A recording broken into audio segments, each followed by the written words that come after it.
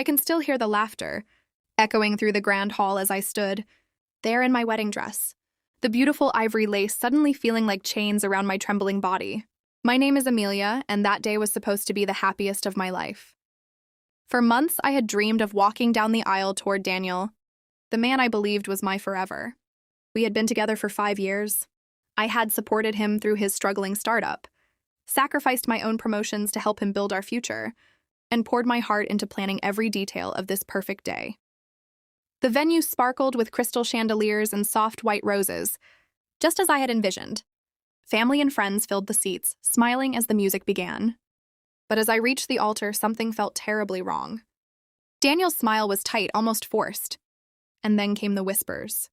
My bridesmaids, some girls I had known since college, kept glancing at their phones and giggling behind their bouquets. I told myself it was nerves, until the ceremony ended and the toasts began. My soon-to-be mother-in-law stood up first, her voice dripping with false sweetness.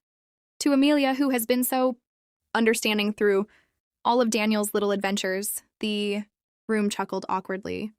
Then Daniel's best man took the microphone and launched into a funny story about how Daniel had almost called off the wedding twice because he wasn't sure he was ready to settle. Everyone laughed. I smiled through it, my cheeks burning, but inside I was shattering.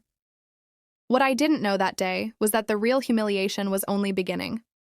As the reception unfolded, my own sister, who had always been jealous of any attention I received, joined in. She raised her glass and said loudly, "To my little sister who finally got someone to commit, even if it took her begging." The room erupted in laughter again. Daniel didn't defend me.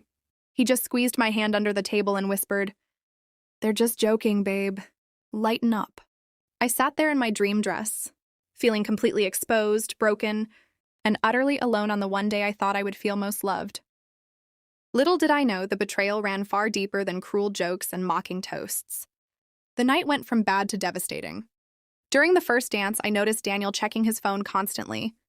When I asked him what was wrong, he brushed me off with a quick kiss and said everything was fine. But my heart knew better. Later, while I was in the powder room trying to hold back tears, I overheard 2 of my bridesmaids talking. "She has no idea," one whispered. "Daniel's been seeing that girl from his office for months. He only went through with the wedding because of the investors who love the stable, family man image." My world stopped. I stepped out, my reflection in the mirror looking like a ghost in white.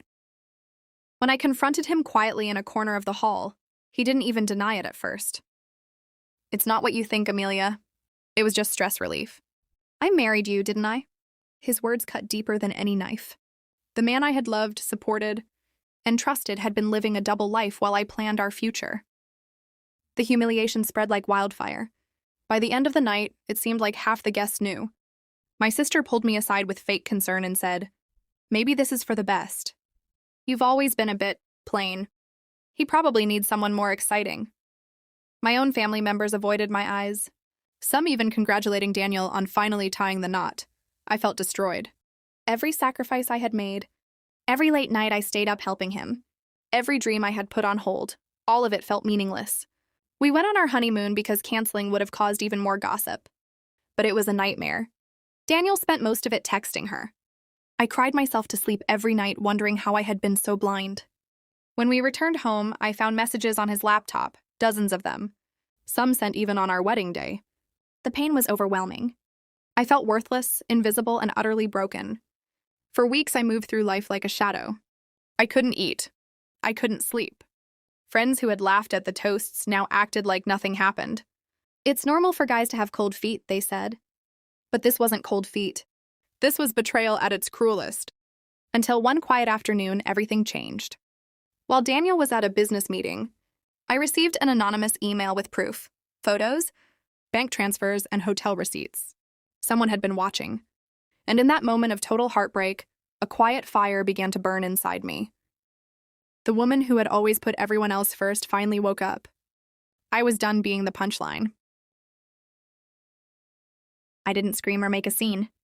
I planned in silence, gathering every piece of evidence with the help of a discreet lawyer and a private investigator. It turned out Daniel's startup was built on shaky ground, and many of those investors had been promised things he couldn't deliver. And the woman he had been seeing, she worked for one of his biggest competitors. I waited until the perfect moment. 2 months after the wedding, at a big industry gala where Daniel was set to announce a major funding round, I arrived looking calm and radiant. I had quietly transferred our joint assets into a protected account, canceled the wedding gifts that were still refundable, and prepared a folder that would change everything. As he stood on stage smiling confidently, I walked up to the microphone after him. My voice was steady, though my heart raced. "Thank you all for celebrating our marriage," I said softly. "But there's something you should know." I shared just enough truth, not to destroy myself, but to expose the lies. The photos didn't need to be shown. The murmurs started immediately. Investors pulled out their phones. Daniel's face went pale. By the end of the night, his funding collapsed. The affair partners company distanced itself. And Daniel? He lost the image he had built everything on. Our marriage ended quietly through lawyers, but not before I secured what was rightfully mine, the house we had bought together, compensation for the emotional destruction, and the dignity I had lost that wedding day. He tried to apologize, to beg, to blame stress and pressure, but it was too late. The man who had humiliated me now faced the consequences of his choices. My sister and the so-called friends who had laughed, they watched as I rebuilt my life stronger, starting my own consulting firm with the settlement and the support of new, genuine friends who saw my worth. Today I stand taller. The pain that once shattered me has transformed into quiet strength. I don't carry hatred anymore. Instead, I feel peace knowing I took back my power without becoming cruel. If you've ever been humiliated on a day that was supposed to be yours, know this: your tears don't make you weak. They water the ground for your comeback. Never let anyone dim your light or make you feel small. The last laugh isn't loud or vengeful. It's the soft, beautiful sound of you rising, healed and whole, while those who broke you are left with nothing but their own emptiness. You are enough.